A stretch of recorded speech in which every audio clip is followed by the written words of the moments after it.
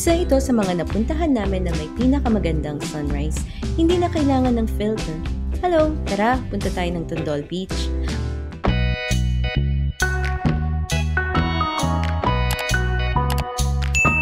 Ang Tondol Beach ay nasa Anda, Pangasinan, around 5 to 6 hours travel from Manila. Pinili namin magstay sa Acacia Sunrise View Resort. Hindi ito located sa sikat na Tondol Beach dahil mas gusto namin ng tahimik at wala masyadong crowd.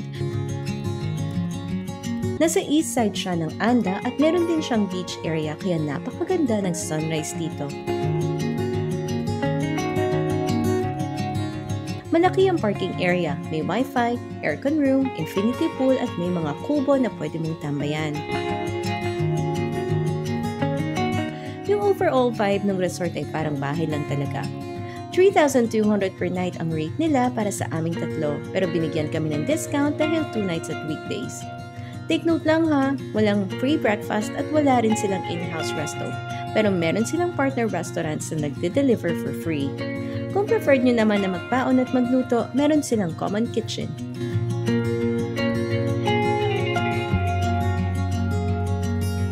Punta tayo sa Tondol Beach.